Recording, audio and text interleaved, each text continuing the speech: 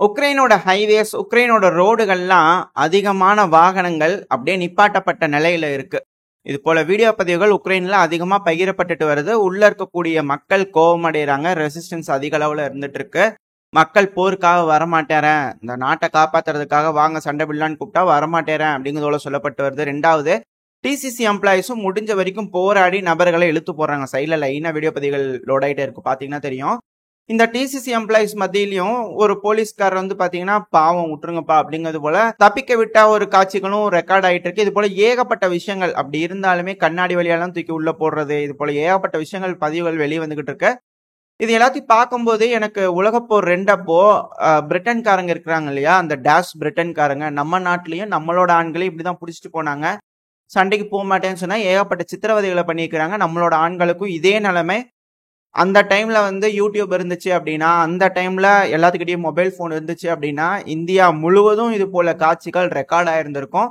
இந்த dash Britain எந்த அளவுக்கு 2ஆம் உலக போர்ல நம்மளோட ஆண்களை பிடிச்சி இழுத்துட்டு போயிருக்காங்க வலுக்கட்டாயமா போர்ல பார்ட்டிசிபேட் பண்றதுக்காக அப்படிங்கிறதும் டாக்குமெண்ட் பண்ணப்பட்டிருக்கும். இது போல பல விஷயங்கள் இருக்கு. எல்லா நாடுகளையும் பப்பட்டா இருக்கும்போது இது போல நிலைமை எல்லா நாடுகளுக்கும் இருக்கும் அப்படிங்கிறத மாற்றுக்கிறதே இல்லை. ஸோ அந்தந்த நாடுகள் தெளிவா விழிப்புணர்வோட இதுக்கு மேல படிச்சு தெரிஞ்சுக்கிட்டு எந்த நாட்டோட ப்ரொபகண்டாவையும் பின்பற்றாம அவங்களோட நாட்டுக்கு எது நல்லதோ அதுக்கேற்ற மாதிரியான வழியில போவாங்க அப்படிங்கிறத நம்ம நம்பலாம். அதுக்கேற்ற மாதிரியான பாதையில நம்மளும் போகணும் அப்படிங்கிற மாற்று கருத்துல. உக்ரைனோட மக்களே வந்து பாத்தீங்கன்னா இப்ப இந்த மாதிரியான சூழ்நிலையில இருக்கிறாங்க.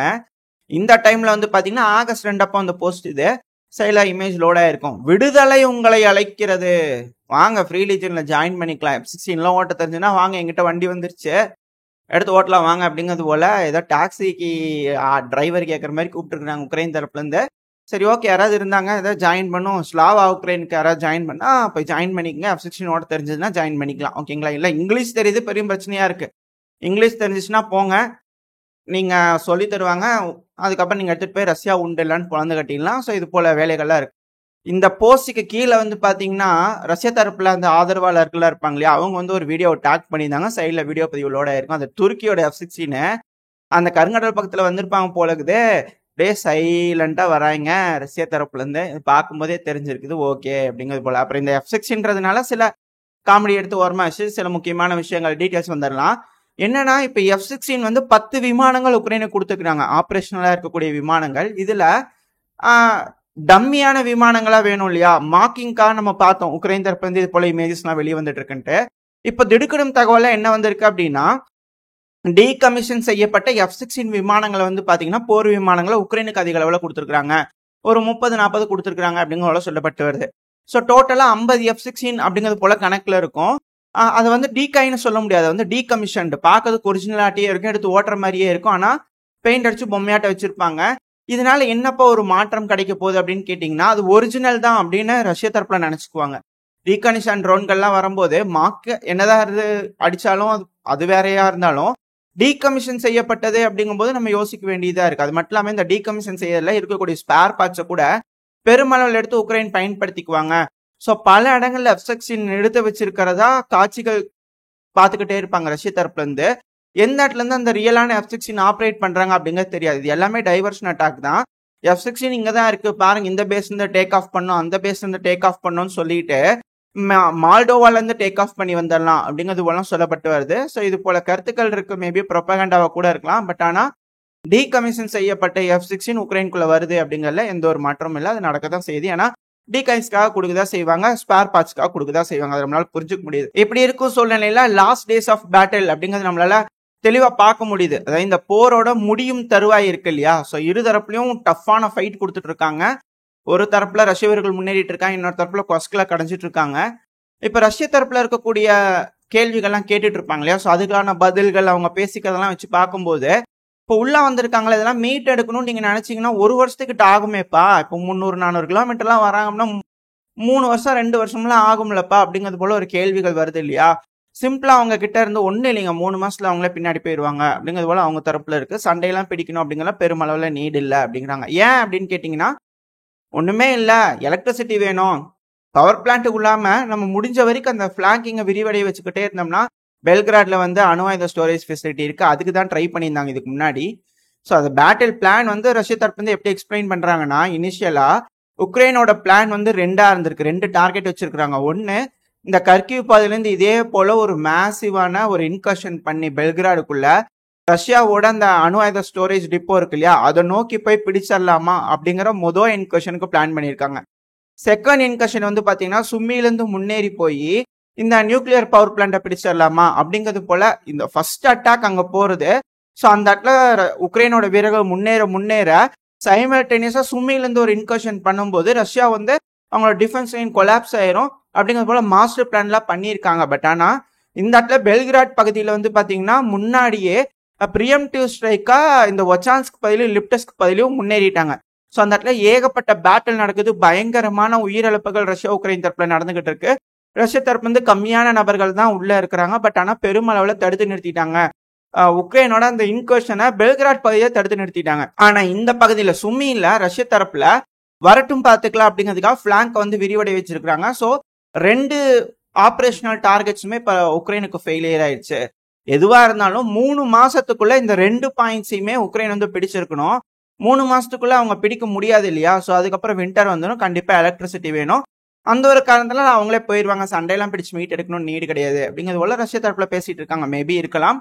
என்ன நடக்குது அப்படிங்கிறது பொறுத்து தான் பார்க்கணும். ஒருவேளை அமெரிக்கால இருந்து எலக்ட்ரிசிட்டி ப்ரொடியூஸ் பண்ணி யூரோப்புக்கு கொண்டு வந்து யூரோப்ல இருந்து ஃபுல்லா எலக்ட்ரிசிட்டி கொடுத்து அப்படியே சூப்பர்மேன்ஸ் இல்லையா பறந்து போய் வாங்கிட்டு வந்து எலக்ட்ரிசிட்டி கொடுத்தாலும் ஆச்சரியப்பதுக்குள்ள கேஸ்லாம் வாங்கிட்டு வந்துருவாங்க.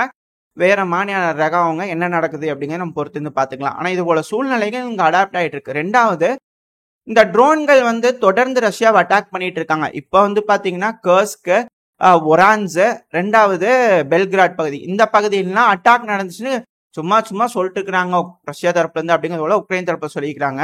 பட் ஆனா இதுக்கு பதிலடி கொடுக்கும் விதமா ரஷ்யா உக்ரைனோட கேபிட்டலான கீவ்ல ட்ரோன் அட்டாக்ஸ் தான் செஞ்சிருக்காங்க. இதனால சில பல பில்டிங்ஸ் டேமேஜ் ஆயிருக்கு அப்படிங்கிறாங்க. இனிஷியலா இதே ஊடகங்கள் என்ன சொல்லுச்சுன்னா ட்ரோன்கள் வந்ததுங்க, பெருசா சேதம் இல்லைங்க அப்படிங்கிறத சொன்னாங்க. 2வது எக்ஸ்ப்ளோஷன் நடந்ததுங்க கீவ்ல அப்படிங்கிறாங்க. 3வது உயிரிழந்துட்டாங்க சில நபர்கள் சிவிலியன்ஸ் அப்படிங்கிறது போல சொல்றாங்க. இவங்ககிட்டயே மாறுபட்ட கருத்துக்கள் வருது. மேபி அப்பப்போ ப்ரிலிமினரி டேட்டாஸ் தப்பா இருக்கும், அடுத்தது கொடுக்குறாங்க. பட் ஆனா இப்ப கொஞ்சம் அப்டேட்ஸ் பண்றாங்க. அது வரைக்கும் கொஞ்சம் புரிஞ்சுக்க முடியுது. இந்த ஒரு பகுதியில மட்டும் இல்ல, தொடர்ந்து இன்னும் சில பகுதிகள்லாம் ட்ரோன் அட்டாக் பண்ணிக்கிறாங்க. இது வந்து ரெஸ்பான்ஸ் அட்டாக்கான்னு கேட்டீங்கன்னா இல்லவே இல்லை.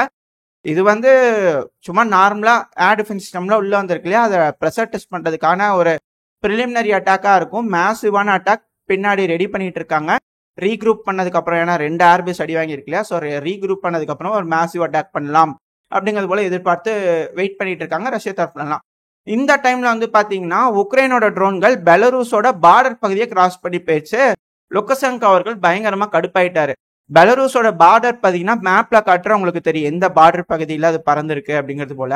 இப்ப என்ன நடந்திருக்குன்னா ஏர் டிஃபென்ஸ் சிஸ்டம் பயன்படுத்தி அந்த ட்ரோனை அங்க சுட்டு வீழ்த்திட்டாங்க.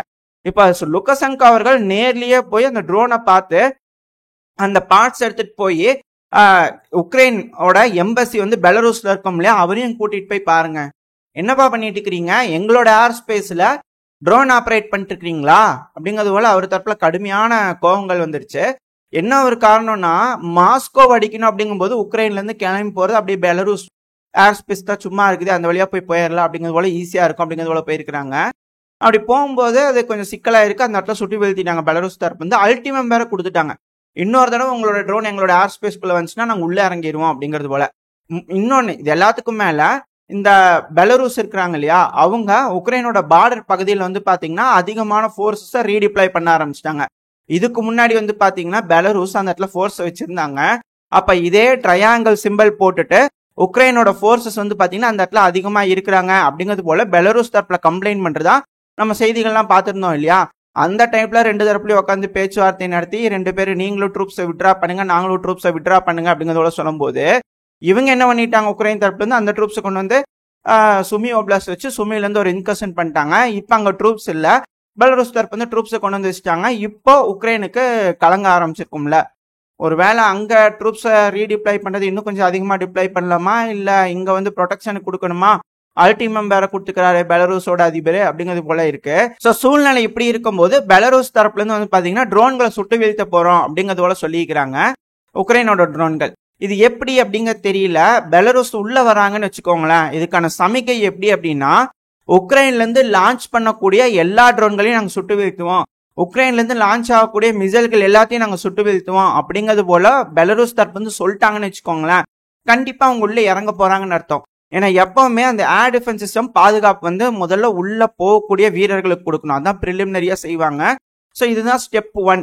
ஸோ என்ன செய்வாங்க, பெலருஸ் வந்து உக்ரைனோட ஏர் ஸ்பேஸை நாங்கள் நோட்டாம அறிவிப்போம், அது யாருமே பறக்கக்கூடாதுங்க, அந்த ஏர் ஸ்பேஸ்ல யார் பறந்தாலும் நாங்கள் அடிப்போம் அப்படிங்கிறது போல. ஏன்னா உக்ரைன் கேட்டுட்டு இருக்கிறாங்க இல்லையா மேற்குலக நாடுகள் கிட்ட நோ ஃபிளை ஜோன் அறிவிங்க அப்படிங்கிறது போல. ஸோ அதே போல பெலருஸ் வந்து நோ ஃபிளை ஜோன் அறிவிச்சிட்டாங்க அப்படின்னா பெலருஸ் அங்க பறந்துட்டு இருக்கக்கூடிய எல்லா ட்ரோன்களையும் எல்லாத்தையுமே அங்க உக்ரைன்லயே வச்சு அழிச்சிருவாங்க. இதனால பெருமளவுல ட்ரோன்கள் வந்து ரஷ்யாக்குள்ள போய் தாக்கப்படாது. ஸோ அந்த ஒரு வேலையை இனிஷியலா பெலருஸ் தரப்புன்னு செய்யறாங்க அப்படின்னா கண்டிப்பா அவங்க உள்ள வரதுக்கு வாய்ப்பு இருக்கு உக்ரைனோட கேபிட்டலான கீவுக்குள்ள. ஸோ அதனால உக்ரைனுக்கு ஒரு அழுத்தம் கொடுத்துருக்காங்க பெலருஸ் தரப்பு வந்து. இது முதல் ஸ்டெப்பா அடுத்தது பெலருஸோட அதிபரான லுகஷென்கோ அவர்கள் வச்சுட்டாரு அப்படின்னா இந்த பிரச்சனை கொஞ்சம் பெருசாகுது அப்படிங்கிறது நம்மளால புரிஞ்சுக்க முடியுது. என்ன நடக்க போகுது, என்ன மாதிரியான மாற்றங்கள்லாம் வரப்போகுது அப்படிங்கறத பொறுத்து இருந்து பாத்திரலாம். இதோட இந்த பதிவு நான் முடிச்சுக்கலாம். இந்த பதிவு எப்படி இருந்துச்சு, உங்களுக்கு பிடிச்சிருந்தா லைக் பண்ணிட்டு உங்க ஃப்ரெண்ட்ஸ் அண்ட் ஃபேமிலியோட ஷேர் பண்ணிக்கோங்க. அது கூடவே மறக்காம இந்த பதிவு பத்தின உங்களோட கருத்துக்களை கமெண்ட் செக்ஷன்ல சொல்லுங்க. இந்த பதிவு நல்லா இருக்குன்ற நம்பிக்கையில் அடுத்த பேர் உங்களை சந்திக்கிறேன். அது வரைக்கும் ஸ்டே சேஃப். பை.